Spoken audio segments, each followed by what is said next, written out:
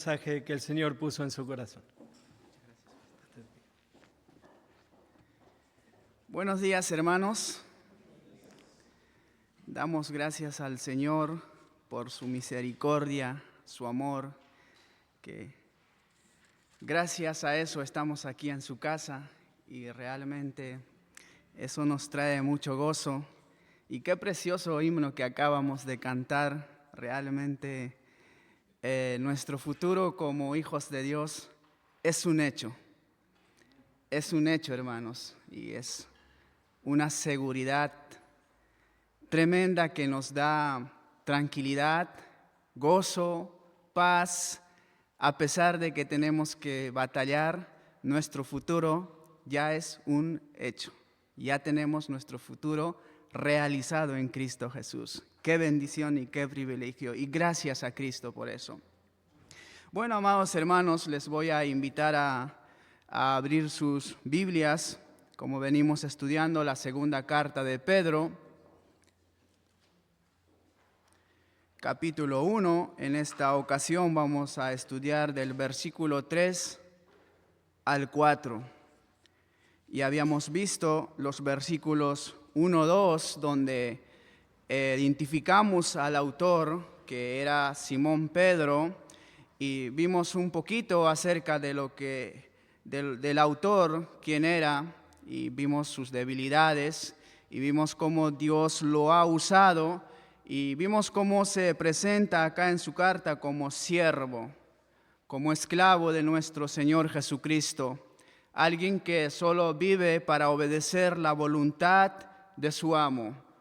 Y también habíamos visto la identificación de los receptores, a quienes Pedro está escribiendo esta carta. Y vimos que a los que habéis alcanzado por la justicia de nuestro Dios y Salvador Jesucristo, dice, es decir, a todos aquellos que han creído en el Señor Jesucristo como su Salvador.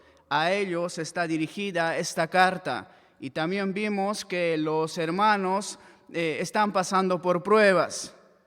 A causa de la persecución de la iglesia, estos hermanos están en diferentes lugares y están pasando por muchas pruebas. Entonces esta carta va dirigida a ellos. Y también vimos el deseo del autor, o sea, el deseo de Pedro para sus receptores. Vimos que el deseo es: gracia y paz os sean multiplicadas en el conocimiento de Dios y de nuestro Señor Jesús. El deseo de Pedro, así como para todos nosotros, es el crecimiento en el conocimiento de nuestro Dios y Salvador Jesucristo. Ese era el deseo de Pedro. Eso era que Pedro deseaba que los hermanos deberían poner en práctica en sus vidas, crecer en el conocimiento de nuestro Dios y Salvador Jesucristo. Ahora, en los siguientes versículos que vamos a considerar para nuestro estudio, que son los versículos 3 y 4, la palabra de Dios nos va a enseñar que todo creyente puede vivir para la gloria de Dios, porque Él mismo, es decir, Dios mismo, ha provisto todo lo necesario para vivir una vida santa. En pocas palabras, es posible que podamos vivir una vida para la gloria de Dios, porque Dios nos ha provisto todo lo necesario. Así que vamos a leer los versículos 3 y 4 de nuestro texto. Dice así la palabra del Señor: como todas las cosas que pertenecen a la vida y a la piedad, nos han sido dadas por su divino poder, mediante el conocimiento de aquel que nos llamó por su gloria y excelencia, por medio de las cuales nos ha dado preciosas y grandísimas promesas, para que por ella llegaseis a ser participantes de la naturaleza divina, habiendo oído de la corrupción que hay en el mundo a causa de la concupiscencia. Leo nuevamente. Como todas las cosas que pertenecen a la vida y a la piedad, nos han sido dadas por su divino poder, mediante el conocimiento de aquel que nos llamó por su gloria y excelencia, por medio de las cuales nos han dado preciosas y grandísimas promesas, para que por ella llegaseis a ser participantes de la naturaleza divina, habiendo oído de la corrupción que hay en el mundo a causa de la concupiscencia. Vamos a orar al Señor. Padre que estás en los cielos, gracias por Cristo. Gracias por su obra, que por medio de Él podemos acercarnos confiadamente ante tu trono para rogarte que nos hables, por favor, a través de tu palabra. Tú sabes, Señor, tú sabes, Padre, nuestros corazones.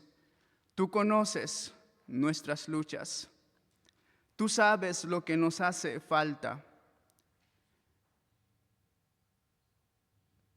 Por favor, Padre, obra en nosotros. Te suplico, Señor, que sea un instrumento en tu mano. Te suplico, Señor, que me des claridad, sencillez, para poder comunicar lo que tú me has enseñado a través de tu palabra. Bendícenos, Señor, en el nombre de Jesús. Amén. En el 2009, en una ciudad de Estados Unidos, específicamente en Nevada, las autoridades encontraron el cuerpo de un anciano llamado George. Él era un hombre solitario que vivía en una pequeña casa muy deteriorada. No tenía calefacción, no tenía refrigerador y casi no tenía muebles.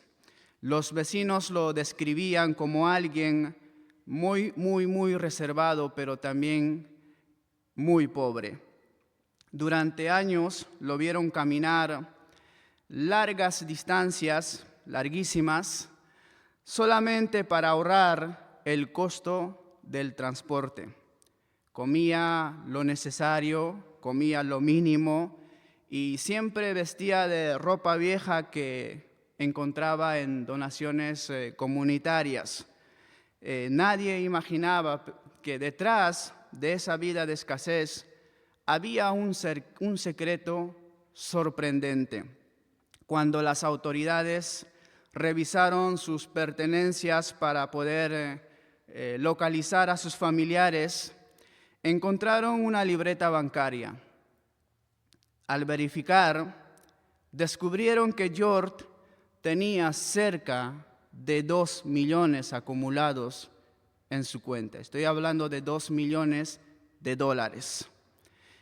No era dinero ilícito, ni una herencia perdida, era fruto de décadas de trabajo, ahorros, bonos que él había guardado, pero nunca las usó. Nunca retiraba su dinero, nunca invertía en algo, ni tampoco mejoraba su casa. No compraba suficiente, vivió como pobre siendo rico. Murió sin haber disfrutado un solo centavo de lo que legítimamente le pertenecía. Cuando leí esta historia, dije, ¿cómo es posible esto? Y también un hombre que realmente tenía una fortuna real y tenía a su disposición que había acumulado durante años, pero aún así vivió como si no tuviera. Y hay otros casos también. Tengo una historia también que me impactó y quiero compartirlos. en Inglaterra, a comienzos de los años 2000, una mujer llamada Catherine también vivía una vida muy sencilla en un pequeño departamento que ella alquilaba. Trabajaba en empleos temporales porque no tenía un trabajo fijo y siempre estaba ajustado económicamente. Sus amigos, las personas que le conocían, sabían que luchaba para poder llegar a fin de mes con los gastos. Un día, el correo dejó una carta certificada dirigida a ella. La carta tenía un sello oficial y requería firma esa carta para que se haga realidad lo que tenía el contenido en la carta. Pero Catherine no estaba en casa ese día. Entonces el cartero dejó el aviso de retiro y ella, cuando llegó del trabajo, lo guardó en un cajón esa carta, pensando que lo resolvería más adelante. Pasaron semanas, luego meses, luego años sin revisar. Lo que Catherine nunca supo es que esa carta contenía la notificación de que un pariente muy lejano, un tío abuelo que apenas conocía y que apenas recordaba, había fallecido y le había dejado una propiedad valuada en más de $2 millones. Y la ley británica exige que el heredero responda o reclame la propiedad en un plazo determinado. El Estado, al no recibir la respuesta, declaró como propiedad abandonada y la incorporó como patrimonio público. Años después, cuando Catherine falleció, familiares que revisaban sus cosas encontraron la carta intacta, sin abrir. La carta jamás había sido abierta, la herencia jamás fue reclamada y la riqueza que había ahí jamás fue disfrutada por Catherine. Y esto también me impactó. Y realmente estas dos historias tienen algo en común, que ambos tenían riquezas disponibles, riquezas reales, riquezas legítimas, pero nunca las usaron. Tenían tanto para usarlo, tenían tanto para disfrutarlo, pero vivían o vivieron como si no lo tuvieran. Tenían todo, absolutamente todo, para poder vivir de la mejor forma posible que uno deseara, pero no lo hicieron. Estas dos historias son excelentes para ilustrar la realidad de muchos de nosotros, amados hermanos. Porque, amados hermanos, todos los creyentes, todos los que hemos creído en Cristo, sin excepción alguna, podemos vivir una vida que glorifica a Dios. Podemos vivir una vida en santidad. Podemos vivir una vida para la gloria de Dios, porque Dios ya nos dio todos los recursos que necesitamos. Y si esto no es una realidad en nuestras vidas, no es porque sea imposible vivir para la gloria de Dios. No es porque nos falte recursos. El problema es que no lo usamos. O muchas veces ni siquiera sabemos cuáles son esos recursos que Dios ya nos dio. Y quizás nuestra vida es igual a la de un incrédulo que no tiene los recursos que tenemos. Amados hermanos, esto es lamentable, pero muchas veces concluimos y decimos: hay incrédulos que viven mejor que un creyente en su vida moral. Eso no debería ser así. De ninguna manera debería ser así, pero las hay. Nosotros tenemos recursos para vivir de una mejor manera para la gloria de Dios, que el incrédulo no lo tiene. Así que en nuestro texto que hemos leído, vamos a ver dos razones por las que todo creyente puede y debe vivir para la gloria de Dios. Dos razones por las que todo creyente puede vivir para la gloria de Dios. Y la primera razón lo vamos a ver en el versículo 3 de nuestro texto, que dice así: como todas las cosas que pertenecen a la vida y a la piedad nos han sido dadas por su divino poder, mediante el conocimiento de aquel que nos llamó por su gloria y excelencia. Amados hermanos, es muy claro, es muy clara la primera razón. Dios ya nos dio todo lo que necesitamos.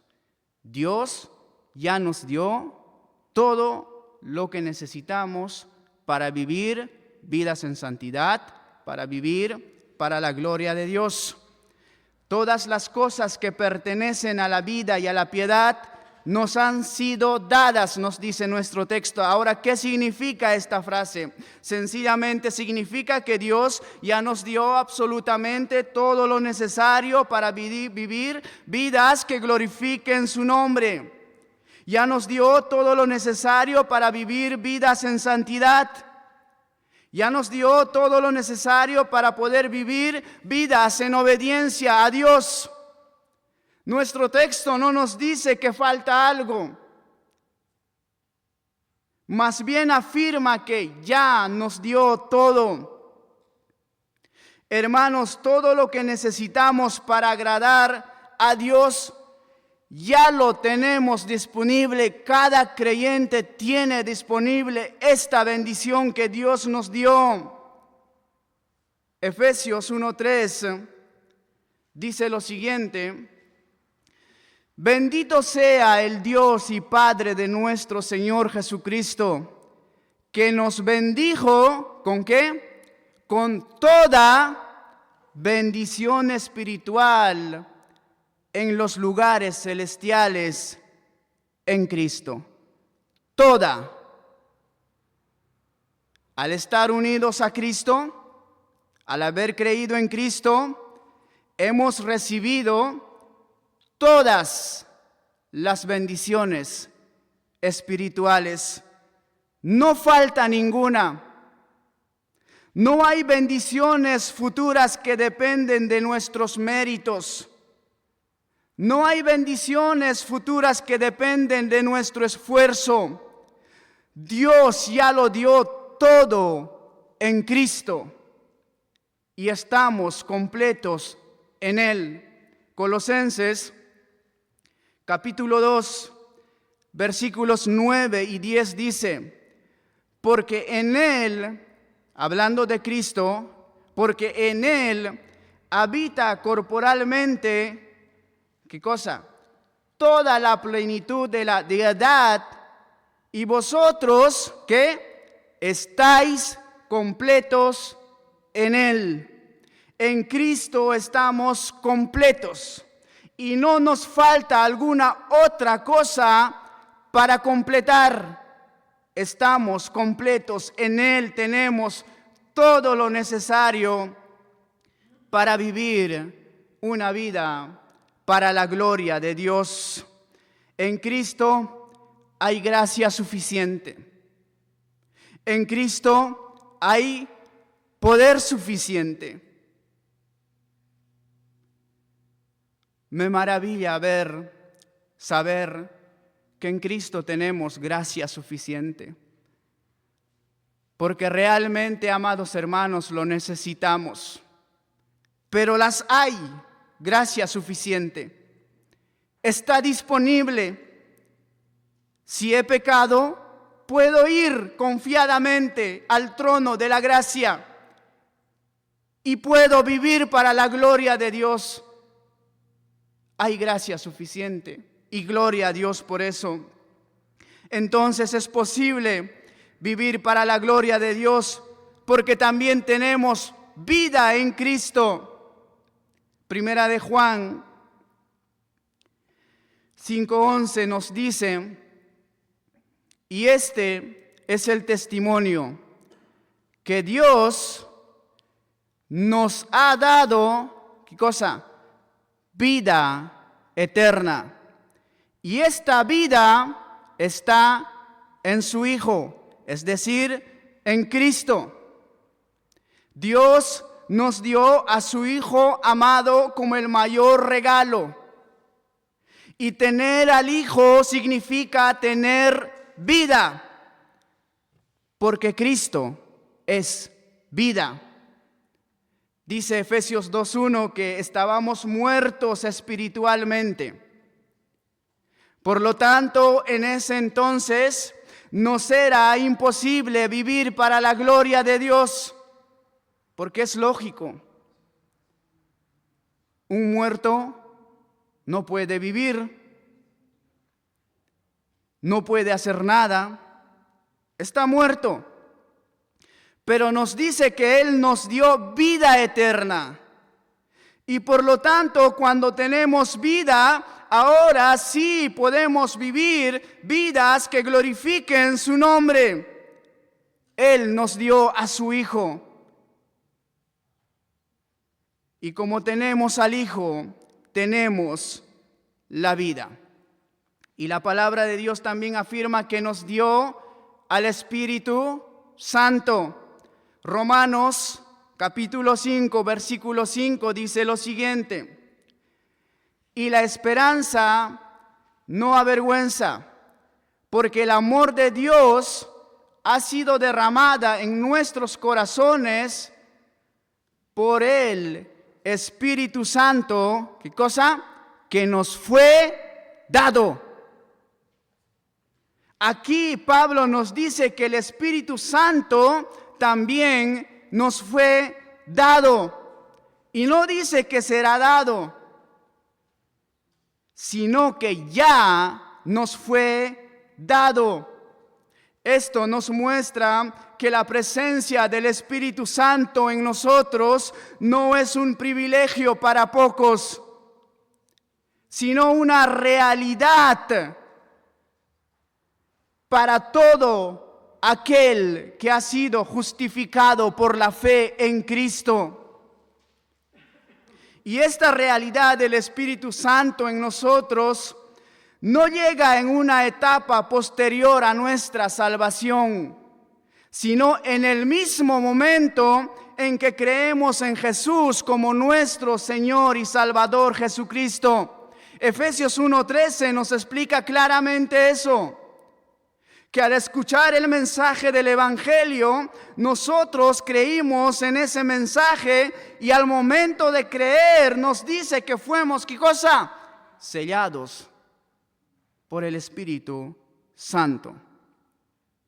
Entonces, amados hermanos, todos aquellos que hemos creído en Jesús como nuestro Señor y Salvador, también tenemos al Espíritu Santo morando en nosotros.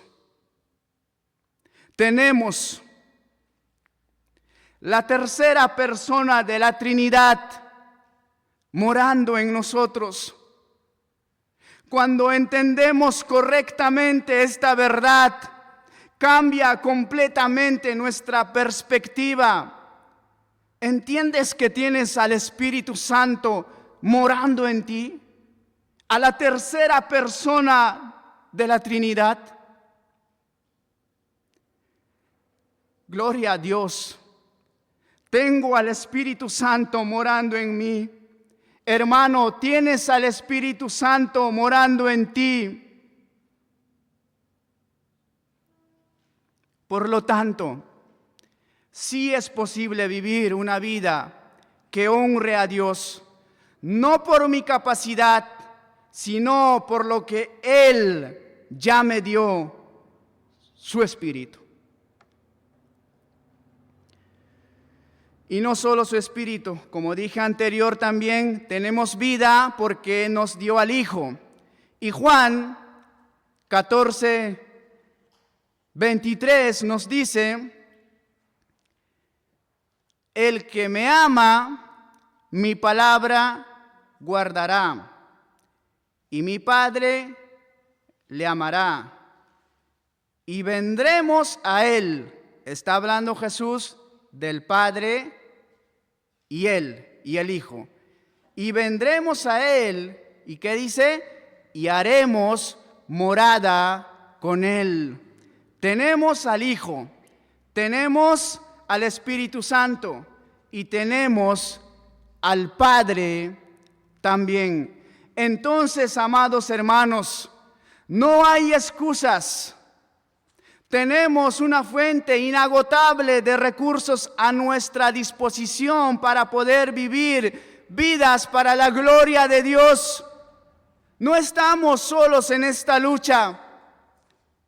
Está el Padre, está el Hijo, está el Espíritu con nosotros. No estamos sin recursos en esta lucha. Dios ya nos dio todo lo necesario para poder vivir vidas santas, para poder vivir vidas que le glorifiquen, vidas que honren su nombre. Nuestro texto dice, como todas las cosas que pertenecen a la vida y a la piedad, nos han sido dadas. La frase, han sido dadas, en el griego es una sola palabra y es un verbo perfecto. Y el verbo perfecto en el griego indica una acción completada en el pasado, pero cuyos efectos son permanentes. Así como cuando nuestro Señor Jesucristo dijo, consumado es una acción perfecta, una obra perfecta que ya está realizado, pero con efectos permanentes. Esto significa que Dios ya realizó una acción total y definitiva y que lo que dio sigue vigente hoy para todos nosotros, para todos los creyentes. Y todo lo que Dios nos ha dado ocurrió en el momento exacto en que creímos en el Señor Jesucristo. En ese momento Dios nos dio todo lo necesario para la vida y la piedad. No fue algo progresivo. Dios no fue dándonos de a poco, ni gradual, ni por etapas. Todo de manera completa y perfecta nos dio cuando creímos en Él. Desde ese instante poseemos cada uno de nosotros, de los que hemos creído en Él, todo lo necesario para poder vivir vidas que le glorifiquen su nombre. Y la razón por la que hemos recibido estas cosas no fue porque hayamos hecho algún mérito, no fue porque éramos mejores que los demás, no fue porque nosotros merecíamos. Él nos dio todo lo necesario sencillamente por lo que Él es, no por lo que nosotros somos. Nuestro texto dice, como todas las cosas que pertenecen a la vida y a la piedad, nos han sido dadas por su divino poder, mediante el conocimiento de aquel que nos llamó por su gloria y por su excelencia. Nos han sido dadas por su poder, porque todo proviene de la capacidad infinita de Dios y no de la nuestra.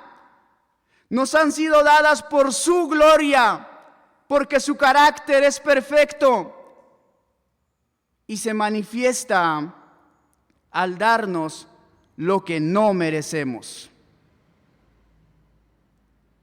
Nos han sido dadas por su excelencia, porque la obra de Dios siempre es perfecta, la obra de Dios siempre es completa y la obra de Dios siempre es suficiente y nunca a medias.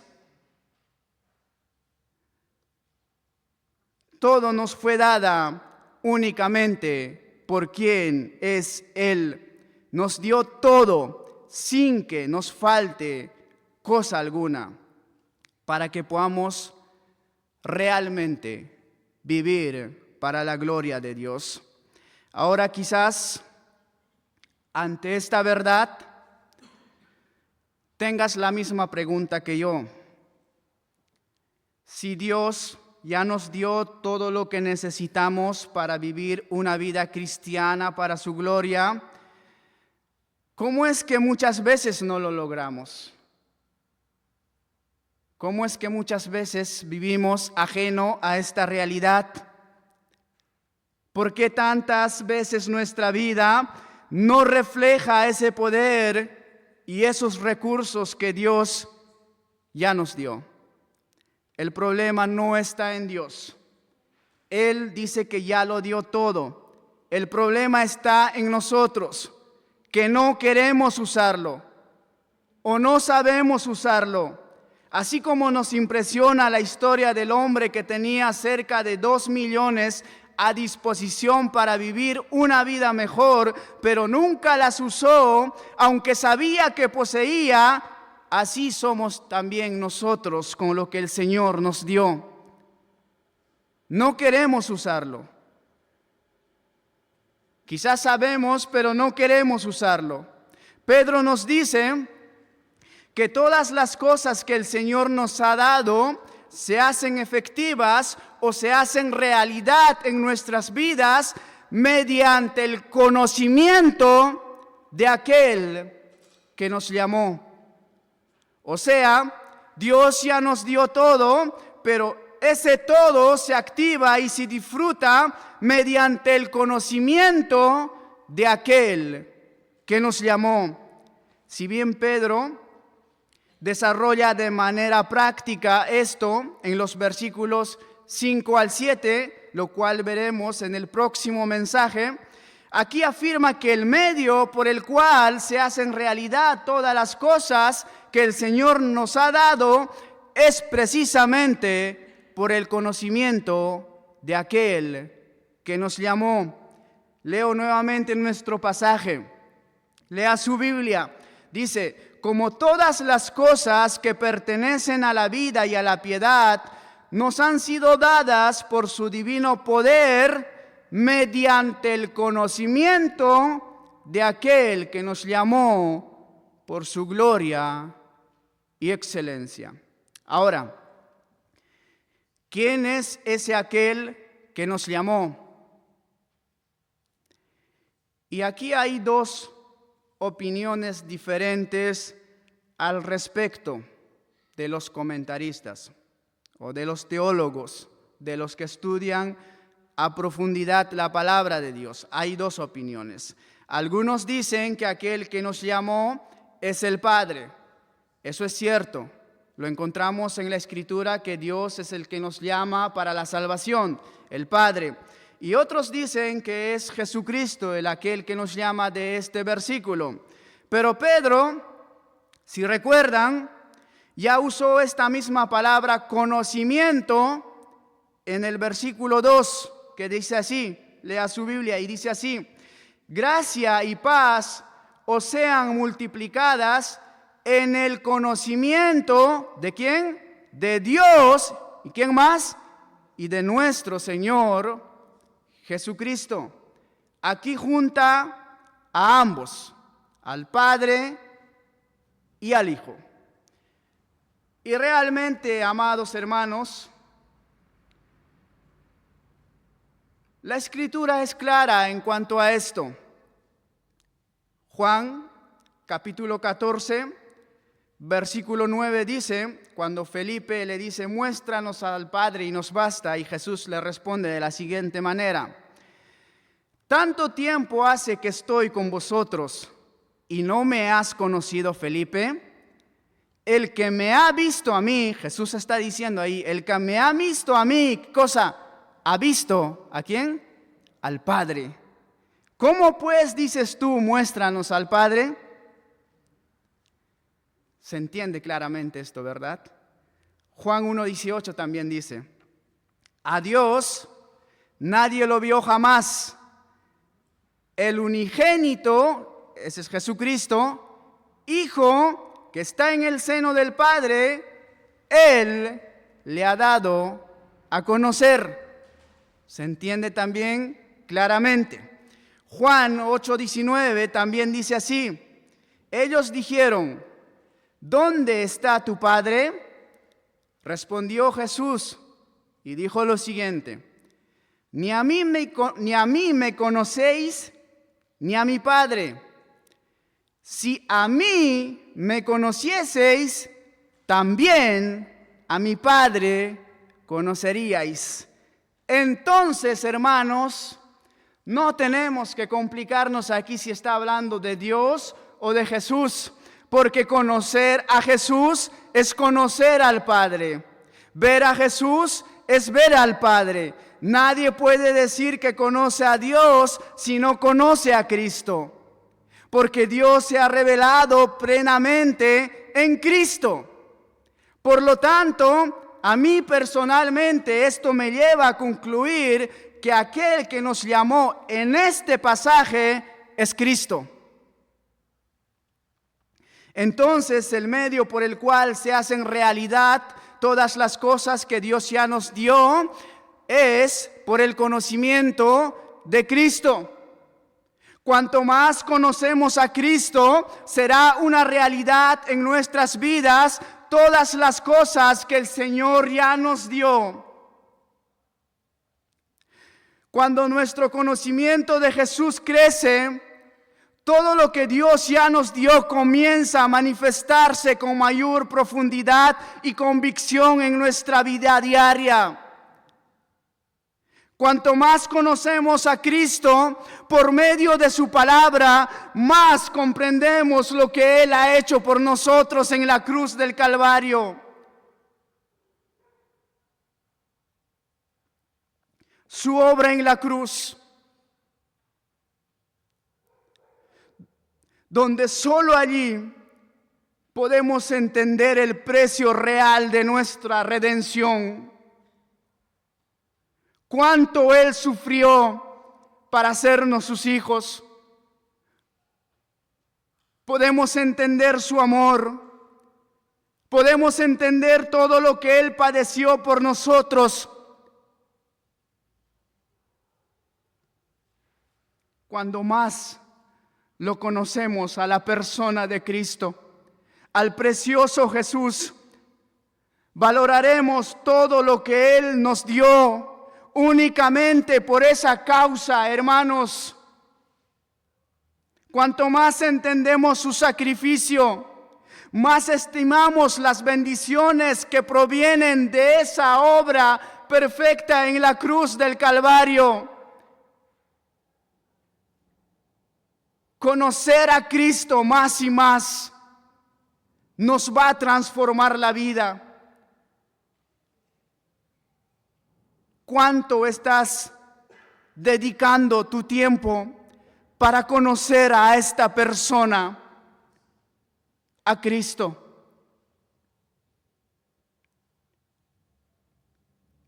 A medida que crezcamos en el conocimiento de Jesús, disfrutaremos más de todo lo que ya nos dio.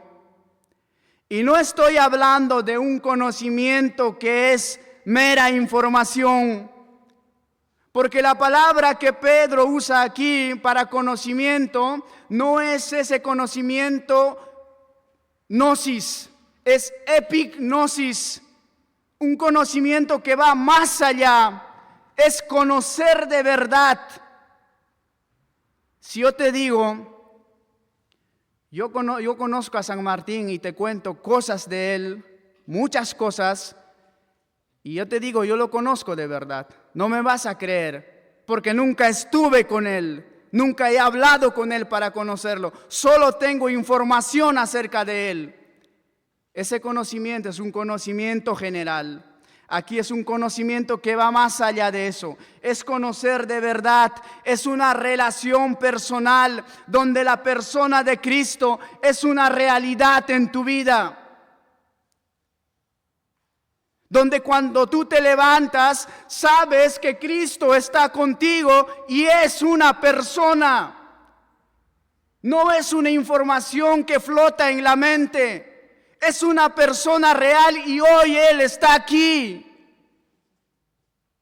tener relación con Él, hablar con Él cada día, en todo momento, es acerca de ese conocimiento que habla Pedro aquí, de un conocimiento personal y crecer en ese conocimiento. Él nos dio todas las cosas necesarias para vivir una vida para la gloria de Dios. Pero esto solo se hará realidad a medida que crezcamos en el conocimiento de nuestro Señor Jesucristo. Que en el próximo mensaje vamos a ver la forma práctica de cómo podemos crecer en el conocimiento de nuestro Señor Jesucristo.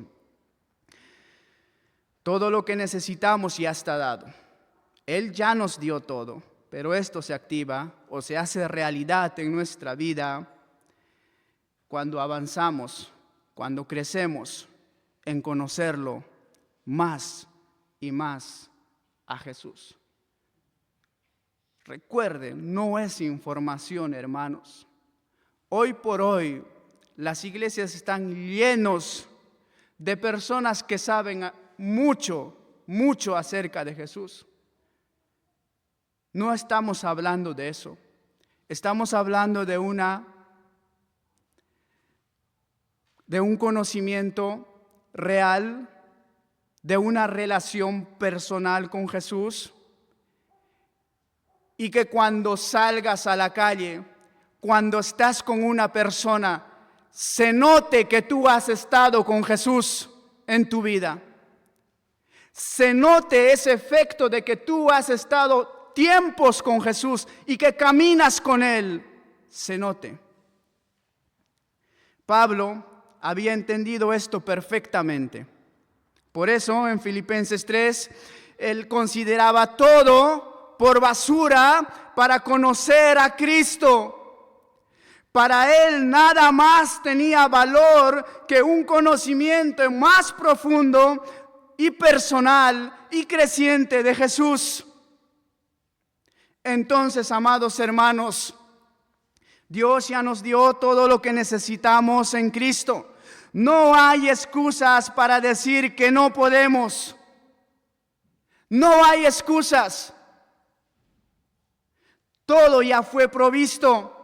El problema es que no tenemos tiempo para conocer a Jesús. Hacemos tantas cosas, pero no dedicamos nuestro tiempo en lo más importante, que es conocer a Jesús. Les había comentado que hace poco me discipliné para poder conocer más a Jesús.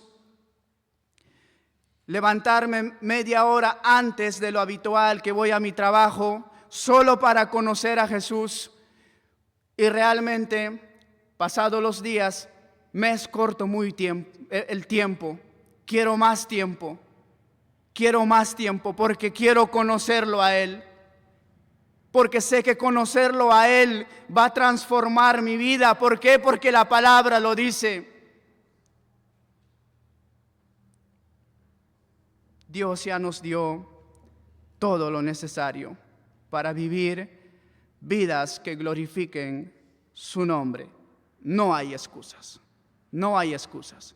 No podemos concluir diciendo que los incrédulos son más morales que nosotros. Ellos no tienen los recursos que nosotros tenemos. Hay recursos suficientes, más que suficientes, para poder vivir de manera diferente. Dios ya nos dio todo lo necesario en Cristo. Ahora vamos a ver la segunda razón. Seré más breve en esto, por la que es posible que todo creyente puede vivir para la gloria de Dios. Y eso está en el versículo 4 de nuestro texto.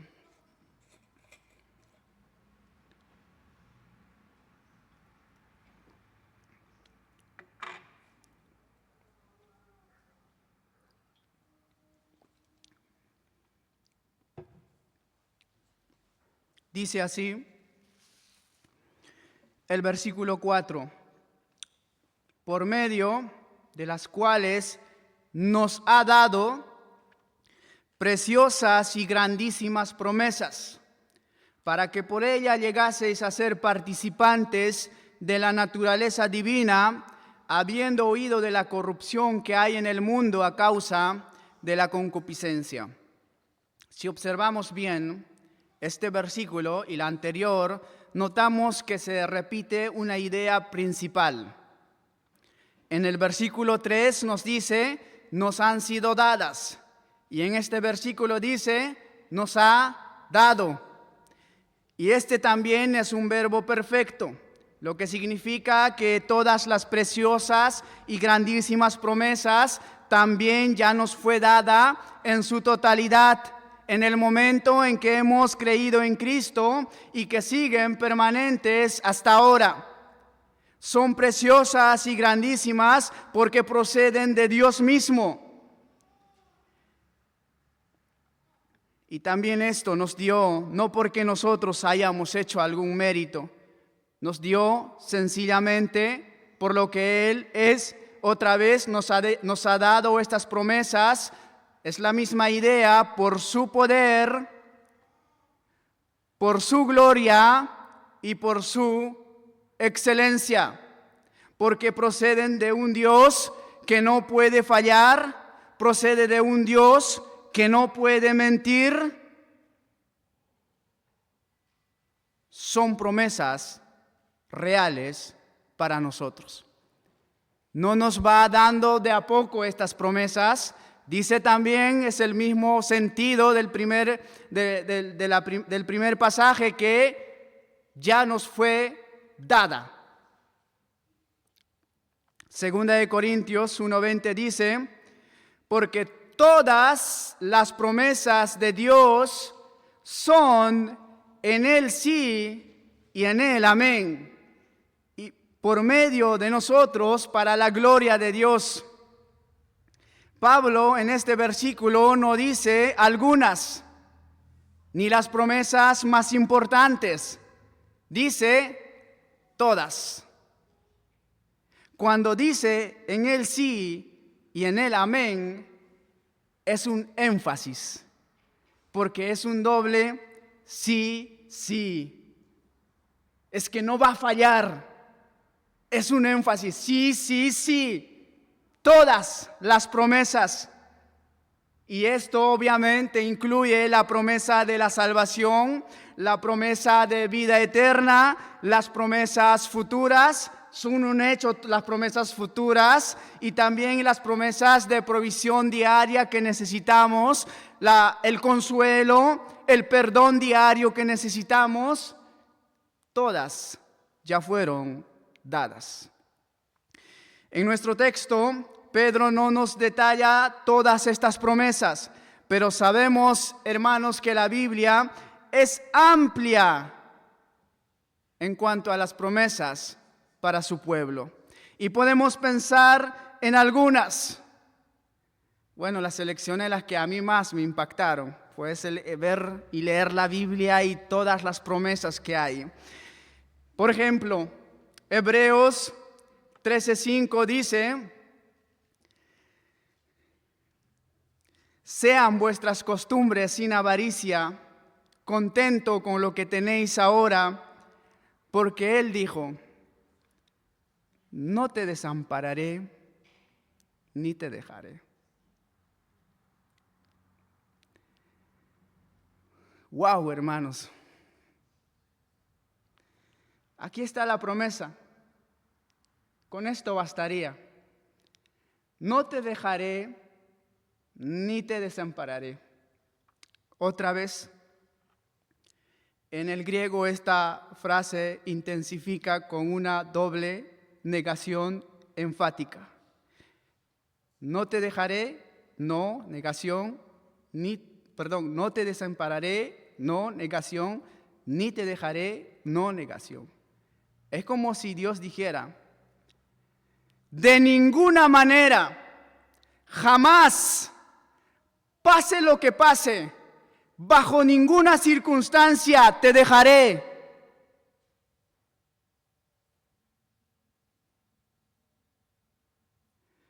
¿Lo crees esto? Entonces, ¿por qué deberíamos vivir como si no fuera verdad?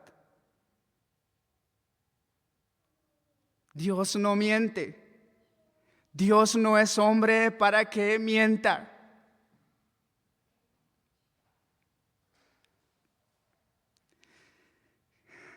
¿Qué temores se derrumbarían si esta promesa fuera nuestro refugio diario?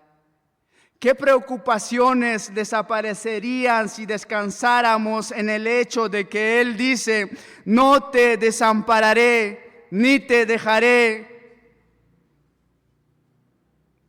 A veces estoy temblando y siempre tengo mucho miedo. Miedo de muchas cosas, como todo hombre, pero voy a mi Señor y puedo descansar en Él y puedo estar muy tranquilo, muy confiado. Y agradezco al Señor por los temores que tengo, porque eso me lleva a depender de Él y a confiar en Él, que a pesar de mis temores, que a pesar de mis luchas, que a pesar de mis pecados, Él de ninguna manera me va a desamparar ni me va a dejar. Romanos 8, 37 al 39, también dice así, escuche bien. Es un pasaje muy conocido, pero tiene que ser una realidad en nuestra vida. Dice así: antes, en todas estas cosas, somos más que vencedores por medio de aquel que nos amó, por lo cual estoy seguro de que ni la muerte, ni la vida, ni ángeles, ni principados, ni potestades, ni lo presente, ni lo porvenir, ni lo alto, ni lo profundo, ni ninguna otra cosa creada, ¿qué cosa acaba la promesa? Nos podrá separar del amor de Dios que es en Cristo Jesús, Señor nuestro. Qué preciosa promesa es esto, amados hermanos, que nada, ¿sabes lo que es nada? Es nada, nos puede separar del amor de Dios hacia nosotros. Pablo menciona ni la muerte, ni la vida, ni ángeles, ni potestades, ni lo presente, ni lo porvenir, ni lo alto, ni lo profundo, ni ninguna otra cosa. Fíjense, ni, negación. Esta es una lista que Pablo usa para abarcar todo el universo. Y vemos que la estructura también es totalmente enfática. Ni. Lo que significa que no existe cosa alguna capaz de romper el vínculo del amor de Dios hacia sus hijos. Dios te ama. No por lo que eres tú, sino porque Él ha prometido amarte.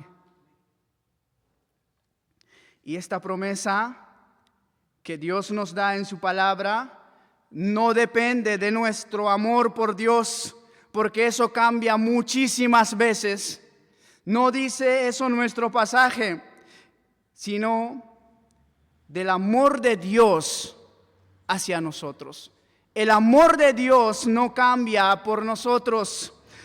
Ni tu pasado, ni tu pecado, ni tu debilidad puede separarte del amor de Cristo, amado hermano. Ninguna cosa creada.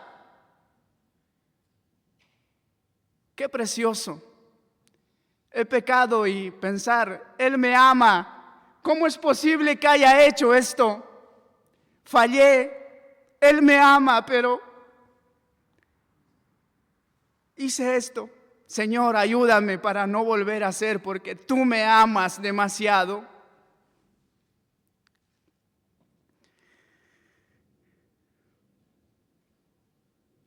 Hay muchas promesas en la Biblia, amados hermanos, que Dios ya nos ha dado. En el mismo momento en que hemos creído en Él. Y el propósito de que Dios nos haya dado todas estas promesas, dice nuestro texto que es ¿para qué? Para que lleguemos a ser participantes de la naturaleza divina. Dios ya nos dio todas sus promesas, todas las que están en la palabra de Dios, las promesas para su iglesia son nuestras. ¿Y qué se hacen con las promesas? Se creen, ¿verdad? Se creen. Las promesas de Dios se reciben por fe. Dios ya las dio todo para que confiemos en ella y vivamos conforme a ellas. Y para saber que hay promesas en la palabra de Dios, ¿qué necesitamos hacer? Leer la Biblia, abrir la Biblia y leerlo. Porque nadie puede creer en lo que no sabe. Y sabemos que existen estas promesas leyendo la palabra de Dios, escudriñando su palabra, escudriñando las escrituras, porque Él las puso allí para su pueblo y están a disposición todas las promesas. Y todas estas promesas concernientes a su iglesia no son para unos pocos seleccionados. Las promesas pertenecen a cada creyente en Cristo, ya sea débil, ya sea nuevo, ya sea fuerte. Para todos los que somos hijos de Dios es esta promesa. Y el propósito de las promesas de Dios, dice nuestro texto, es para que lleguemos a ser participantes de la naturaleza divina. Al conocer las promesas, creerlas y abrazarlas y vivir dependiendo de ellas, su carácter se tiene que reflejar en nuestra conducta. Ahora, el hecho de que lleguemos a ser participantes de la naturaleza divina no significa que vamos a ser igual a Dios. No está hablando de eso.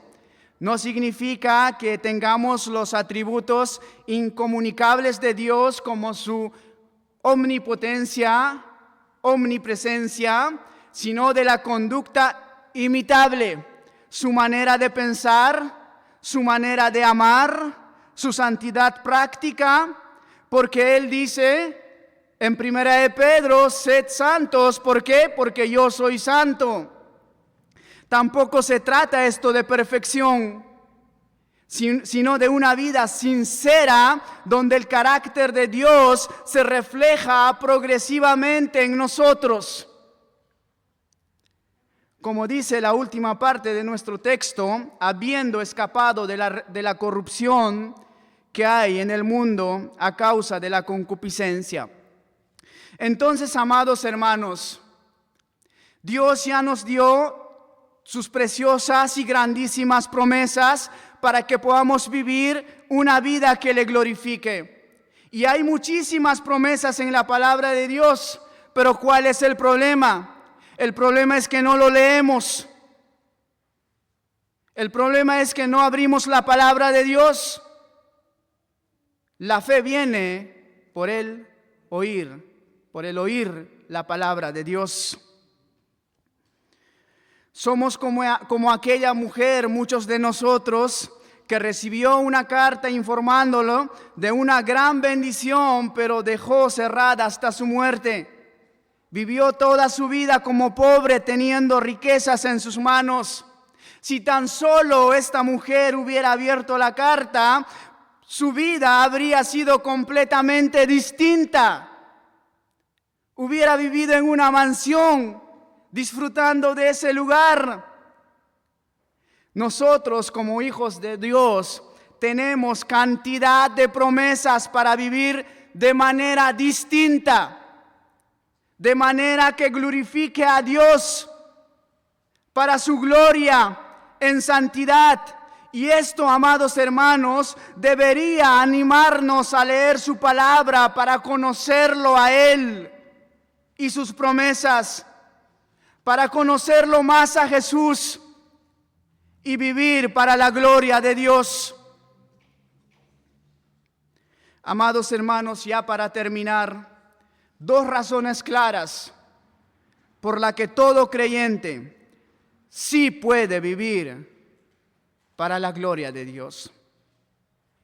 Espero que cuando salgas de este lugar, lo consideres lo que ya tienes, lo que Dios ya te dio. A veces el propósito del predicador no es que los hermanos se acerquen y digan qué buen mensaje. Yo paso tiempo con el Señor, estudiando su palabra, no con ese fin, sino que con el fin de que vea esa realidad en la vida de mis hermanos, que esa palabra sea aplicada en la vida de mis hermanos, que eso realmente no me glorifica a mí, sino glorifica a Dios, porque estás viviendo lo que Dios te habló, lo que Dios te dijo. Ese es el propósito cuando escudriñamos, leemos la palabra y pasamos tiempo en oración. Eso, hermanos, eso es lo que importa. Dios ya nos dio todo lo necesario para vivir vidas que le glorifiquen. Dios ya nos dio toda su promesa. Eso significa que es posible vivir para su gloria. No con perfección, porque nadie en esta vida sabemos que será perfecto, sino con sinceridad, anhelo, devoción, dependencia, arrepentimiento diario, constante, delante del Señor. Pero para que esto se haga realidad en nuestra vida, esto es importante, muy importante. Tenemos que conocerlo más a Jesús. Eso, conocerlo a Él, va a afectar nuestra conducta. George tenía una fortuna de casi 2 millones, pero vivió como un pobre. Catherine, quien recibió una carta con una gran herencia, pero también jamás abrió y murió sin disfrutar lo que le pertenecía. Ambos tenían riquezas reales, pero nunca las usaron. Vivieron en pobreza, teniendo abundancia. Así sucede con nosotros cuando no crecemos en el conocimiento de nuestro Señor Jesucristo. Nos impresiona la historia, nos debe impresionarnos nosotros mismos con lo que Dios ya nos dio, que no es una realidad en nuestras vidas. Tenemos promesas, recursos espirituales gloriosos, poder del Espíritu, gracia suficiente, todo lo necesario para la vida y la piedad. No seamos como George, no seamos como Catherine. Dios ya te dio todo, hermano. Sus promesas ya son tuyas. Su gracia está disponible. Su poder ya habita en ti. Conócelo, créele y vive para su gloria. Vamos a orar.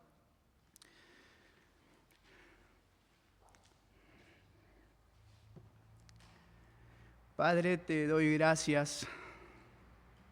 Gracias, Señor.